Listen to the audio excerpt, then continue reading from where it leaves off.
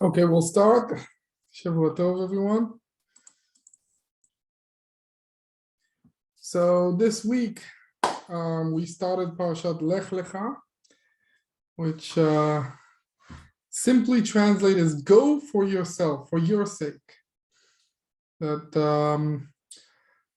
after we had Noah and his ark and being all consumed within yourself, we have a Jew, the first Jew. Abraham is the first Jew, and being a Jew, the first commandment, not interaction he had before, but the first time God tells him to do something, he tells him to go. And we learn from this that in order to accomplish something, in order to do something properly, we have to go. You have to go out of we said your comfort zone. We'll speak out of what we'll talk about it soon. But the concept is you have to do something. You have to go. I remember one time we had a shiur by Rav Ginsburg that he mentioned that if a person wants to have real influence, it needs to be in a different place than the place that he was born. It was just very interesting to hear that you have to go out of your area and have real influence on obviously yourself, but everyone around you as well. Now there are three places that Abraham was told to get out of. First is me'artzecha, which the simple translation is your land. Go out of your land. Mimoladetecha, which simply translates as your birthplace. U'mibeit avicha, and the house of your father. Now, I'm pretty sure we spoke about it last year, but the Noam Elimelech says that the simple inner look of it is me'artzecha, is your behavior, meaning the first thing you have to go out of is your basic instinct, your basic behavior. We know that a tzaddik, who's considered a tzaddik, which is very important for us, a real person, that his basic instincts are good. Normally for us, when we have a basic thought, usually it's an egotistic thought. It's not a good thought necessarily. We have to really look into it and see.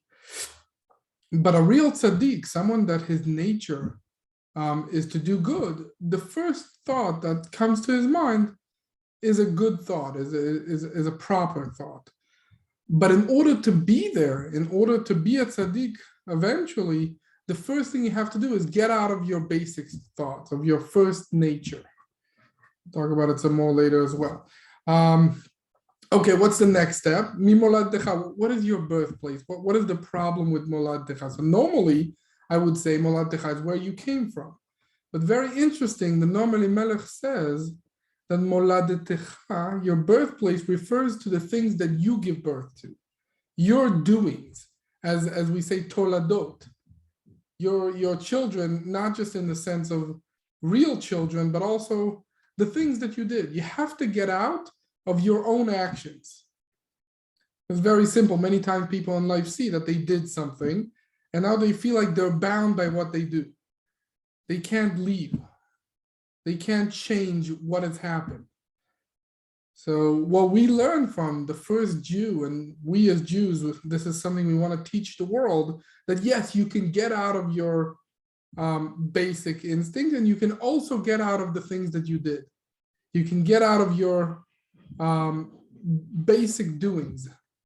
You can do tshuva to the things that you did. That's moladetecha. Mibeit avicha, very interestingly, the house of your fathers, the Noam Elimelech translates as the things you inherited, your genes, the things you inherited from your parents, meaning some people say that, my family, that's the way we act. Our family is very, let's just call it energetic. Let's take something neutral. No, that's just how it is. So the answer is yes, that is how it is, but you can get out of it. You can be what you want to be. You can get out of the basic natures that you took from your family and move forward. So all of this is something that we should take to heart, that when we're still in the beginning of the year, after the holidays, after we were consumed by good things, by different holidays and different mitzvot that we had to do, very special things. And now we have to go. And going, the first thing about going is to get out of your nature. We can remember what we did on Yom Kippur. What do we do on Yom Kippur, the holiest day of the year? We say Kol Nidrei, all of our vows. Right now in Daf Yomi, we're learning Nedarim, the vows. Someone promises, he makes a vow to do something. And what do we say? That you can get out of your confinements, everything that your box, and people like to say today, get out of the box thinking. Yes, you do not have to be. This box that you created is not made of metal. You can get out of it. So that's the first thing that we take with us when we're going on our way.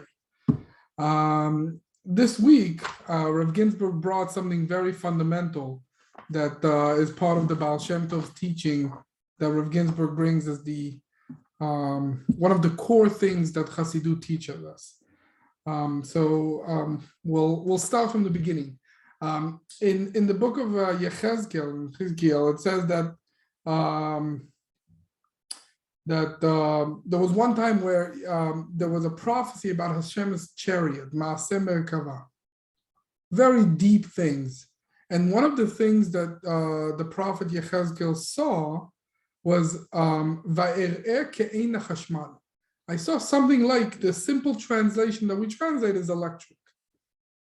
I saw, today we like to say I saw a spark, but it's not only that, it's something very special.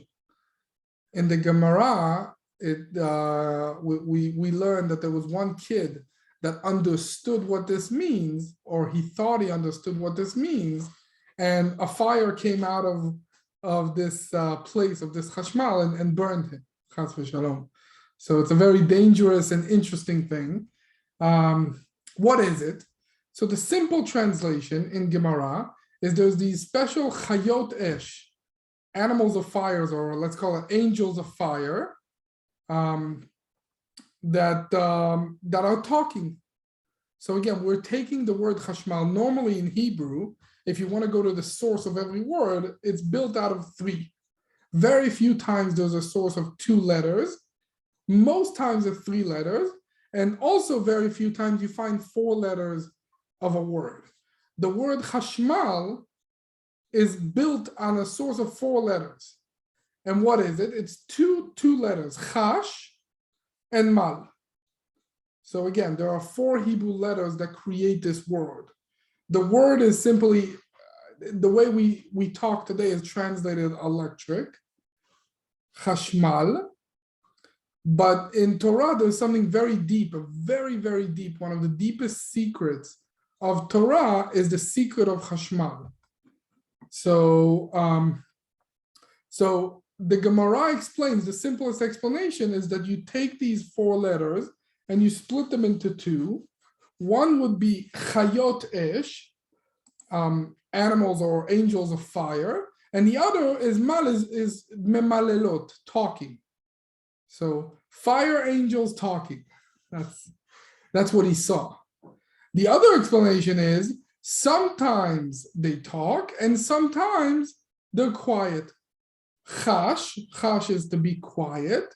So he saw these chayot esh, these fire angels. They were sometimes quiet and sometimes talking. So what do we learn from it? So there's tremendous amount that we can learn from this prophecy. The first thing we're going to start, the first thing Rav Ginsburg started with this time is for marriage.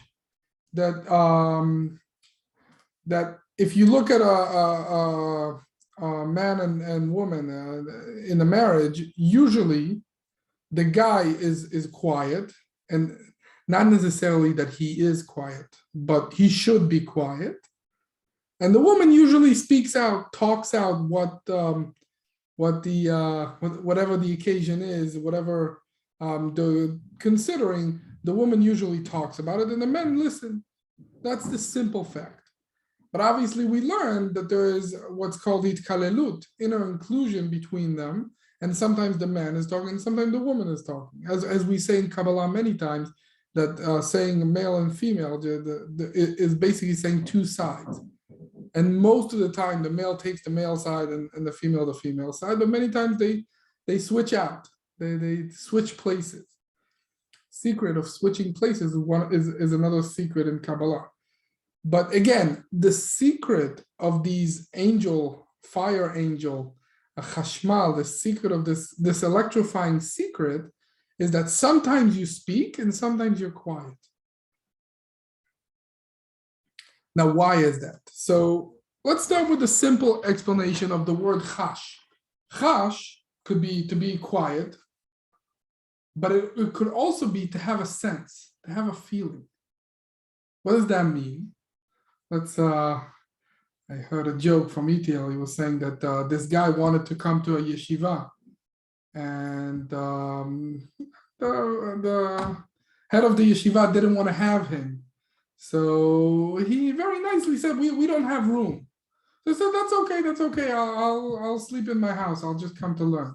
He says, no, we don't have room to learn. He's like, that's okay. We're learning in Yiddish, in a different language. He says, no, that's okay, I understand.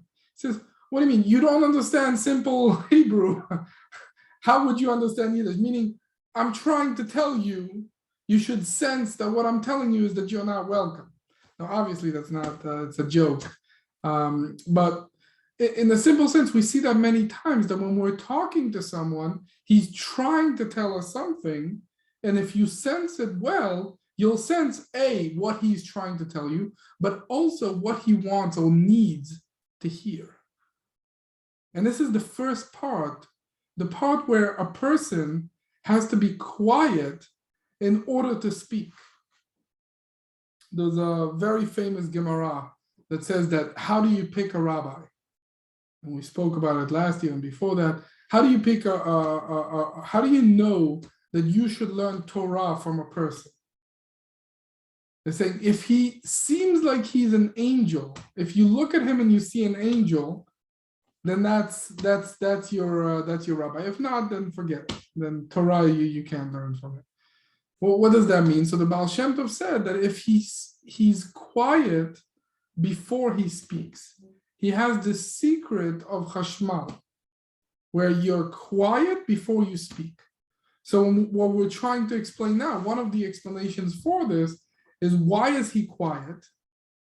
One of the stories I like to tell is about my math teacher.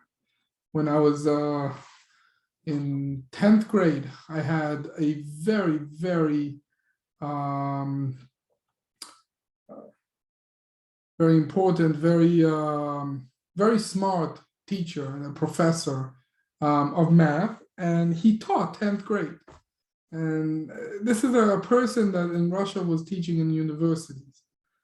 And one of the most amazing things that I saw about him is every time a student, a 10th grade student, we were childish, every time we would ask a question, he would stop and listen to the question and try to answer. So you see this math teacher, this math professor, that he really, I mean, the knowledge that he has is amazing. And you see him looking at the student and being quiet and listening before he answers, not just saying, no, you don't know what you're talking about. Same thing, if you want to have a good conversation, if you want to teach, if you want to learn, if you want to do something in life, in communication with others, if you want to have a good marriage, the first thing to do is be quiet. Before you talk, be quiet. But what do you do when you're quiet? You try to sense, where is the other side? What is he saying? What is he or she saying? What do they need? What do they mean? Not just the simple sense of what we're talking. So again, if we take the word chashmal and we split it into two, the first part is chash, be quiet, but also sensing. In Hebrew, it's the same thing. Mal, again, could be, for example, brit milah, which the simple sense of brit milah is to cut off something that is stopping me from being what I can be. Meaning, a person wants to be Jewish. They tell him, in order to be Jewish, you have to cut off a piece, something that bothers you. Very interestingly, that in a woman they don't have it. That there's nothing blocking them. But for a male, in order to be Jewish, you have to cut off something that is blocking you, that is limiting you from being what you want to be. So that's the simple mal. But mal in this case could also be mul. Mul is against. Again, you should be quiet to see who's against you, who's learning from you, who's listening to you. And when you're really seeing yourself and who you're against, as they say, dalifnei mi ata omed, you should know in front of whom you're standing. You should know Hashem. How do you know? You see who's against you, against being on the opposite side. Now, another thing is chash. Again, we're trying to learn the secret of the word chashmal in Hebrew. So we're splitting it into two. Chash could also be something that's very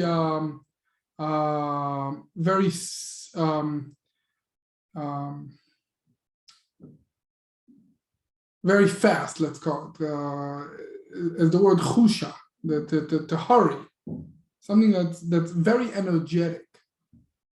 Someone that's running, you say chush. He's running. Now that's like zrizut. The Baal Shem Tov would say there are 3 mitzvot. We like to say this is also, again, when we're going back to the basics of the Baal Shem Tov, there are 3 things that a Chassid should do. First, he should be smart. We can talk about it another time. Second is he should be happy. And the third, he should be b'zrizut b'mtinut, be very fast, have a lot of speed in a calm manner. But again, the zrizut, the chash, in order to do mal, meaning you should have, for example, in a marriage, the male should see himself as the person responsible for the energy in the house, to hurry up, to do what's right, to do good, to stop things that are bothering the family, etc. A person should see the energy, and again, we were saying man, in this case, it could be also a woman, but the male side of the equation in this case needs to be very energetic. A husband needs to bring energy to the home. And what is this energy for? It's to stop anything that's bothering the family to be all it can be. Now, we always say that the binyan malchut, to build the kingdom could be the house, kingdom could be this world, kingdom could be a lot of things, but to build it is min hagvurot, is from the side of might. What is this gvura? What are we trying to build? So, for example, when a person is building a house, he's building a place that you can speak freely, a place that you can be yourself, you can feel at home. How do you build it? So people think, how do you build a house? You have a lot of love and kindness. But no, the way to build a house, in the simple sense, is to build 4 walls, is to have might, is to say, I'm not in a street. I have walls that define this place as my house. That's gvurot, that's might. Now, what do we have in the house? In order to speak freely, in order to have a real good home, a good kingdom, a person's house is like a kingdom, the first thing that they need to do is have chash. Chash could also mean chashash, to be careful, to be worried, to say, no, not everyone is accepted in my house. Not everything is welcomed here. This is a very careful place. Also to be worried about myself. Not everything you can just speak out. Not all the things that come to your mind, you can just talk. Before you talk, you have to be quiet. You have to have the might to cut out all the things that are bothering the house, the relationship. And once you do that, you'll be able to create a good place. And a good place is a place that you can speak without worry. You can say everything that's on your mind. In a good marriage, you should be able to say anything that's on your mind. But in order to speak out your mind, you have to first make sure that you're not hurting anyone, that your mind is clear, as they say. So again, we're going back to sensing. Again, we can say chashash, to be careful. We can also say lachush, to sense, to feel. You should feel who's in front of you and be careful of that person. As they say, not in front of the children. You should be careful what you're saying, to whom you're saying it, and how you're saying it. Everything should be careful. But if you're careful enough, you can create a good environment that allows you to speak freely. So again, we found another secret of the chashmal, being careful and being energetic and being, what was the third thing we said? Being sensitive, meaning sensing the person in front of you. And mal, as in the sense of in front of you, also in the sense of brit milah, and also in the sense of talking, milah, to speak out. So all of this is part of the secret of chashmal. Now, as we said, the Baal Shem Tov taught the secret of chashmal. He split it into three. As they say, hachna'a, avdalah, amtaka. That's the Baal Shem Tov his way of explaining it.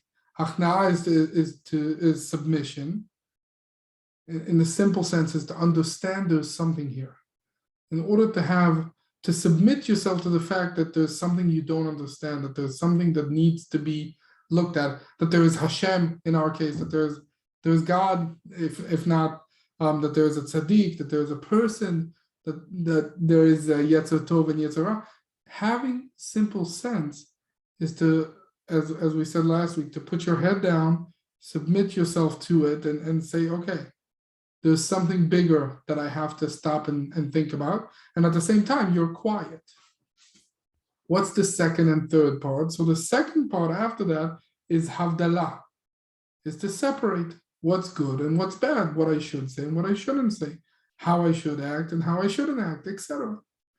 And finally, if you did the first two steps properly, finally there's the hamtaka, the sweetness that comes from it, and that you can speak freely and that you can have a good place to live. So in general in life, that's how, if you want to do something right in life, you got to go through these three steps. Let's look at it in Noah's ark. So the first step is to build an ark. Building an ark was considered something crazy. Everyone is living their life, and you're building a ark just for the case of a mabul, that there's going to be a great flood and you're going to have your ark. So everyone was laughing at Noah at that time. But what did he do? He submitted himself to Hashem's word and just said, okay, that's what I have to do. What's the next thing? The next thing is to say, okay, who's going on the boat and who's not going on the boat? Now we should know the boat, Noah's ark, in our sense, is everything we speak. Teiva could also be a word, a syllable. That what we learn is everything, what Noah did in 120 years, we need to do sometimes in a few seconds. Stop, build the words that you're trying to say, or build the thoughts that you're trying to think, separate the things that you want to do or want to think about or want to talk about from the things you don't, and then finally you can speak out. What is this speaking out? After we went on to the ark, there was a third step, is tzemina teva, get out of the ark.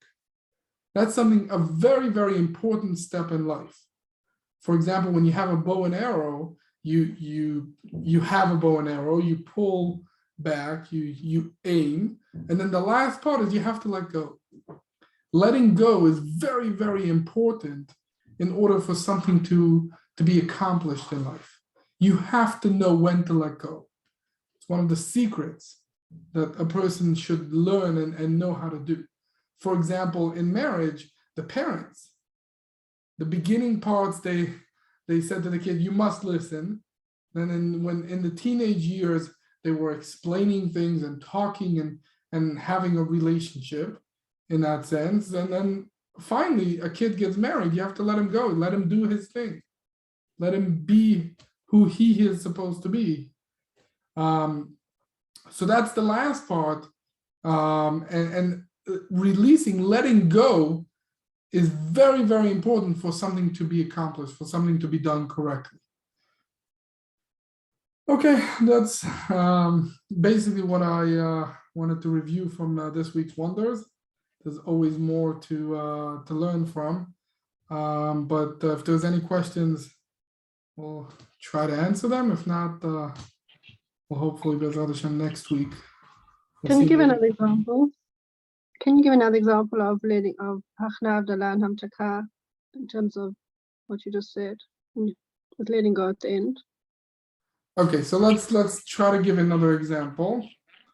Good question.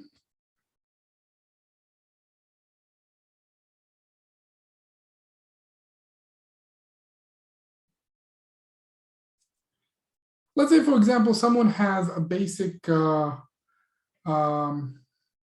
basic nature of doing something. Let's say someone is very someone wants to speak. Okay, let's say a person walks in a room, as an example, and you want to speak. So I'm sure you can think of many people that walk in the room, and the first thing they do is they talk. They don't even look who's there, and if they look for 1 second. So what are the steps here? So the first step is to be quiet, to walk in the room and be quiet. Just look who's in the room. Who are you talking to? What do they want? Maybe they don't want to hear you. Maybe they need to hear you about something. So the first step is to stop and say, okay, I'm not the most important thing here. There are other people here. That's achna, simple submission, obviously to Hashem, but also to everyone in the room that I'm walking into. Second step is to say, okay, what do I want to talk about and what do I not want to talk about? Maybe I want to talk about one thing. Maybe I want to talk about something else. Maybe this person, maybe this room needs to hear one thing or the other. But the third step, and this is the third part that I want to give the example about, that I want to be specific about, is at the end of the day, you're supposed to let go of all this thinking and being quiet and talk. If you don't talk at the end, if you don't let go of your thinking, you just think the whole time of what I'm supposed to say, and you don't say it, you don't let the words out, then you're not going to accomplish things at all. So that's another example of how these steps, the 3 steps, go together as a process. Thanks. Can I ask another question? Go ahead. You said when it comes to building a house, you said chash. The one thing was chash, is to be careful. And then did you say what hamal pertains to that? I'm not sure if I missed it or if you didn't say it. Okay, so let's give another example. And again, we can this process is, we can see it everywhere. But in the example, when you want to build a family, so the first chash is many times the year after the wedding, you don't let anyone in. You really almost no guests are allowed. The couple just got married and they just talk to each other and build their simple home. Then the second part, they allow some people and very few people, like family members and friends, to come in the house. Now the third part, and again, every house is different, but in general, at the end of the day, their house is supposed to be a house of everyone, just like Abraham. All the guests are welcome. Now, what happens if you allow all the guests to come in when you're a young couple? Then you can't build a house. It's not a place where you can talk freely, etc. Once you built your house, you can have a sweet house that everyone can be part of, but it has to be a built house. This also has a lot to do with the land of Israel. We have to first create a good place for us, for the Jewish family, and then once we have a good home, then many guests are allowed, and we can also reach out to the rest of the world. But it has to be in those steps. It has to be created in that manner, which we learn from the Chashmal. Chashmal is the chariot of Hashem. Ma'aseh Merkava is to create something, is to build something. And building has the 3 steps that we learned from the Baal Shem Tov. Thanks. All right, any more questions? Thank you everyone for joining us. And everyone should go on their way and Bezrat Hashem achieve a lot of things this week. And Shavua Tov.